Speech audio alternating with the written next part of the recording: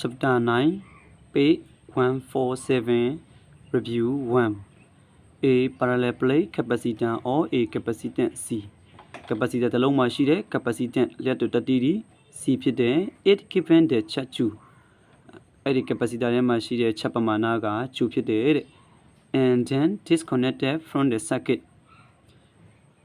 အဲ့ဒီ capacitor ကို circuit ထဲကနေဖြတ်တောက်လိုက်မယ်တဲ့ how much what it require အလုပ်ဘလောက်လုပ်ရမလဲတဲ့ to put apart the plate or this capacitor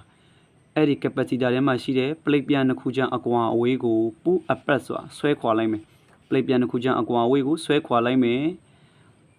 to twice their original separation မူလအကွာအဝေးထက်เนาะမူလအကွာအဝေးထက်ကိုနှစ်ဆဆွဲခွာလိုက်မယ်ဆိုရင်လုပ်ရမယ်အလုပ်ဘလောက်လုပ်ရမလဲတဲ့เนาะအဲ့တော့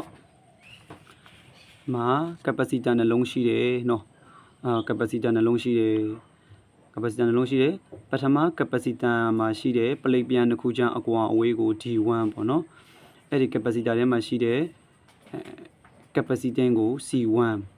အဲ့တော့အဲ့ဒီပထမ capacitor ပေါ့เนาะပထမ capacitor မှာဒီ plate ပြန်နှစ်ခုကြားအကွာအဝေးကိုဒီနေရာကနေဒီနေရာကို plate ပြားတွေကိုဆွဲခွာလိုက်ဖို့ဒီနေရာကနေဒီနေရာကို plate ပြားတွေကိုဆွဲခွာလိုက်ဖို့အတွက်လှုပ်ဆောင်ရမယ့်အလုပ်ဝတ်ထမ်းကိုဘာလို့ထားမအောင်ဆို W1 ပေါ့နော်ဒါကကြတော့ဒီ D1 ကကြတော့ဒါ original separation မူလရှိတဲ့အကွာအဝေးပေါ့မူလရှိတဲ့အကွာအဝေးဒီနေရာကနေဒီနေရာကိုဆွဲခွာဖို့အတွက်လုပ်ရမယ့်အလုပ်ကို W1 လို့ထားတယ်နော်နောက်အဲ့ဒီ capacitor ကိုပဲတဲ့သူကအဲ့ဒီ capacitor ကိုပဲ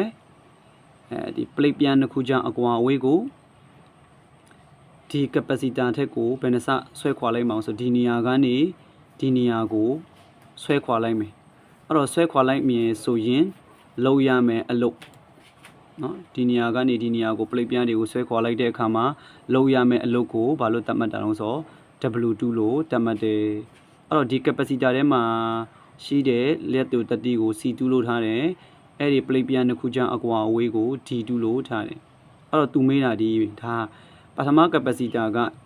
ဒီနေရာကနေဒီနေရာအထိဒီသူ့ရဲ့ original separation လေเนาะ original separation ဒီနေရာကနေဒီနေရာအထိဒီ original separation ဒီနေရာကနေဒီနေရာအထိဒီသူ့ရဲ့ original separation ဖြစ်တယ်အဲ့ဒီနေရာကနေဒီနေရာအထိเนาะဒီနေရာကနေဒီနေရာအထိဆွဲခွာလိုက်ဖို့เนาะဒီနေရာကနေဒီနေရာအထိဆွဲခွာလိုက်ဖို့လိုအပ်တဲ့ဝတ်တန်းကဘယ်လောက်လဲလို့မေးအဲ့တော့ဒီနေရာကနေဒီနေရာအထိဆွဲခွာဖို့လိုအပ်တဲ့ဝတ်တန်းကိုလိုချင်နေဆိုရင်ဒီမှာဒီနေရာကနေဒီနေရာအထိ W2 ထဲကနေ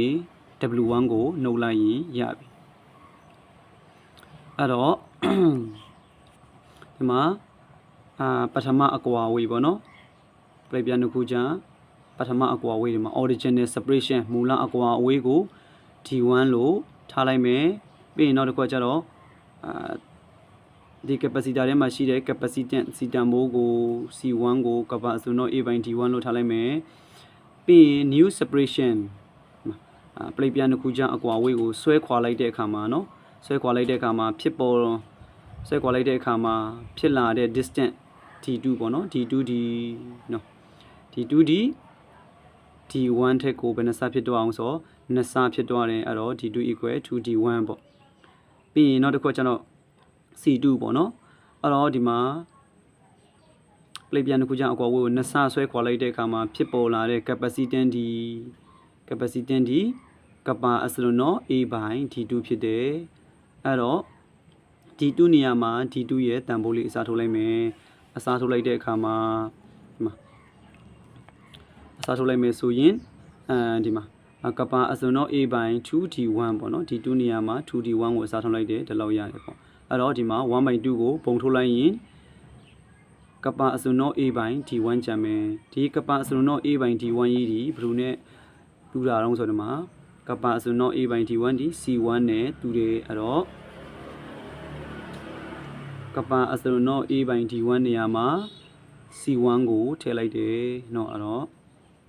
C2 တန်ဖိုးရတယ်ပေါ့နော်ပြီးရင်နောက်တစ်ခုကကြတော့ဒီမှာ original energy store ဆိုတာကပထမ capacitor မှာတူလောင်ထားတဲ့ စွမ်းအင်ဒီเนาะပထမ capacitor မှာတူလောင်ထားတဲ့စွမ်းအင်ဒီအဲ့ဒီ capacitor မှာရှိတဲ့ watt တန်းနဲ့တူတူပဲเนาะဒီ capacitor ထဲမှာတူလောင်ထားတဲ့ဒီပထမ capacitor ထဲမှာတူလောင်ထားတဲ့စွမ်းအင်ဒီသူ့ရဲ့ပြီးမြောက်သွားတဲ့ watt တန်းနဲ့တူတူပဲအဲအကြောင်းမို့လို့ဒီမှာ original energy store ကိုဘာလို့ထားအောင်ဆိုW1 လို့ထားတယ် W1 equal 1/2 Q square by C1 ပေါ့နောက်တစ်ခု